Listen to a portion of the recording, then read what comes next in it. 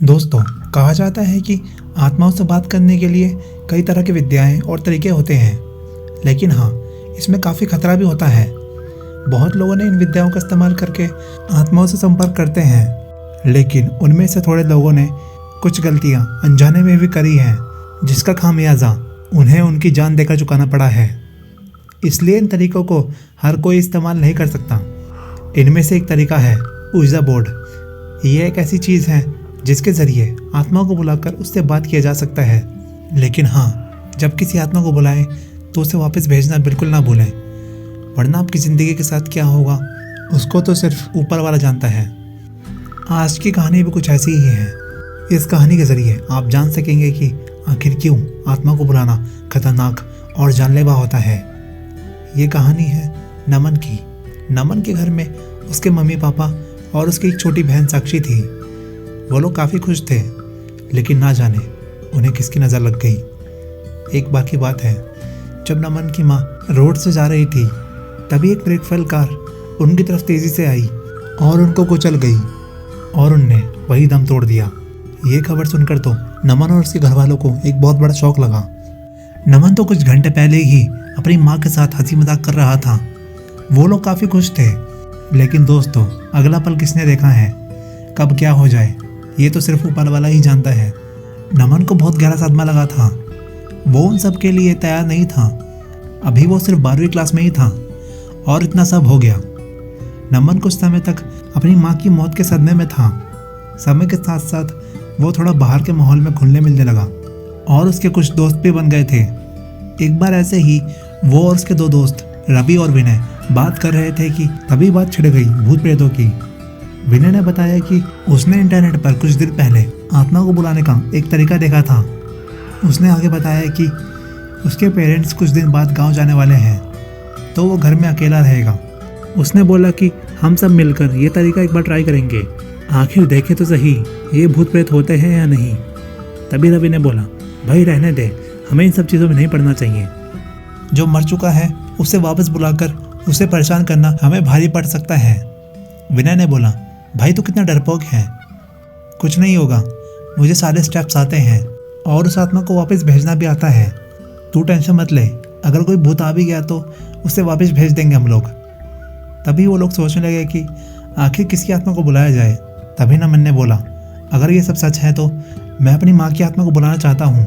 मुझे कुछ बात थी जो उनसे बोलनी थी, बस एक बार मौका मिल जाए तो दिल में जो है उनके सामने बोल दूंगा। इतना बोलते ही नमन की आंखों में आंसू आ गए। फिर उसे रवि और विनय ने संभाला और बोला, भाई तू चिंता मत कर, हम तेरी पूरी हेल्प करेंगे। ऐसे ही कुछ दिन बीत गए। अब वो दिन आ गया जिस दिन विनय के पेरेंट्स गांव चले गए। ठीक उसी रात रवि और नमन अपने घर में पढ़ाई का बहाना करके विनय के घर आ गए और वो लोग आए तो एकदम हैरान रह गए, क्योंकि विनय ने एक बोर्ड जिस पर इंग्लिश के अल्फ़ाबेट्स लिखे हुए थे वो ला रखा था। हैरान होकर रवि ने विनय से पूछा, भाई ये क्या चीज़ ला कर रखा है तूने?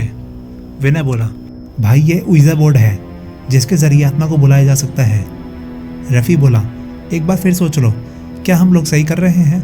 विनय थोड़ा चिढ़ते हुए बोला, अब तो एकदम चुप होकर बैठ जा।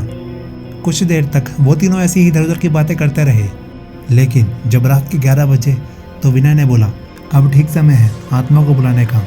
रात थोड़ी गहरी भी हो गई है, तो अब हमें ये शुरू करना चाहिए। विनय ने ऊर्जा बोर्ड के पॉइंटर पर अपना हाथ रखा और नमन की मम्मी का नाम लेकर बोला, क्या रेखा जी आप हमारी बात सुन सकती हैं? आप हमारे आसपास हैं या हमें सुन सकती हैं तो हमें संकेत दीजिए। वो लोग ऐसे ही कुछ देर तक इन शब्दों को दोहरा रहे थे, लेकिन उन्हें कोई असर नहीं दिखा और किसी आत्मा के जरिए वो पॉइंटर हिला भी नहीं था। हार मानकर विनय ने बोला, ये बकवास बोर्ड खरीदने के लिए फालतू पैसे खर्च हो गए, कोई फ़ायदा नहीं हुआ। उस रात वो सब एक ही कमरे में सो गए, लेकिन कुछ दिनों बाद ही विनय की हरकतें थोड़ी अजीब सी होने लगी। वो बात बात पर सब पर गुस्सा करता और कुछ भी उठाकर लोगों पर फेंक देता था और उन्हें गंदे गंदे शब्द बोल देता था। विनय पहले थोड़ा मजाकिया था, लेकिन ऐसा बिहेवियर उसका कभी नहीं था। बहुत समय बीत गए, लेकिन विनय की ये हरकतें दिन पर दिन और भी खराब होने लगी। उसकी आंखें एकदम लाल अंगारों जैसी थी। उसकी आंखों के नीचे डार्क सर्कल हो गए थे। वो करीब 5-6 लोगों का खाना अकेले ही खा जाता था। फिर भी वो दिन पर दिन पतला और कमज़ोर होता जा रहा था। उसके घर वाले अब तक आ चुके थे और उनने विनय का हाल देखा। विनय के पापा ये सब देखते ही समझ गए कि आखिर उनके बेटे के साथ ये क्या हो रहा है। उनके दोस्त को भी कुछ साल पहले ऐसे ही एक बुरे समय का सामना करना पड़ा था। कुछ साल पहले उन्हें खूंखार प्रेत ने जकड़ लिया था, फिर एक सिद्ध बाबा जी ने उन्हें ठीक किया था। विनय के पापा ने अपने दोस्त से उन बाबा का नंबर लिया और फ़ोन किया तो पता चला बाबा कुछ काम से शहर से बाहर गए हैं, लेकिन अभी सिर्फ उनके शिष्य ही हैं। विनय के पापा ने फ़ोन पर ही एड्रेस भेज दिया था। उसी दिन बाबा जी के एक शिष्य जिनका नाम ज्योति प्रकाश था उनके घर आए और उनने बोला, मुझे उस बच्चे के कमरे तक ले जाओ। तब विनय के घर वाले उन्हें विनय के कमरे में ले गए। विनय ज्योति प्रकाश जी को देखकर एक भयंकर आवाज़ में बोला, कौन है तू? क्या करने आया है यहाँ पे? अगर जान प्यारी है तो यहाँ से चले जा, वरना इस लड़के के साथ साथ तुझे भी मौत के घाट उतार दूंगा। इतना बोलकर विनय जोर जोर से एक भारी डरावनी आवाज़ में हंसने लगा। ज्योति प्रकाश जी कमरे के बाहर आए और कमरे को बंद कर दिया और घर वालों से बोला कि मुझे इस प्रेत से बच्चे को बचाना होगा, वरना ये बच्चे को मारकर उसकी आत्मा को कैद कर लेगा।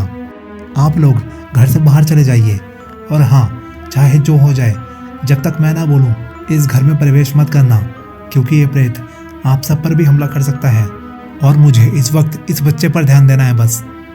ज्योति प्रकाश जी की बात सुनकर सब लोग घर के बाहर आ गए। ज्योति प्रकाश जी ने अपने झोले से एक बोतली निकाली और उसमें से भस्म निकालकर लगातार तेज तेज आवाज़ में मंत्र बोलकर विनय पर वो भस्म फेंकने लगे।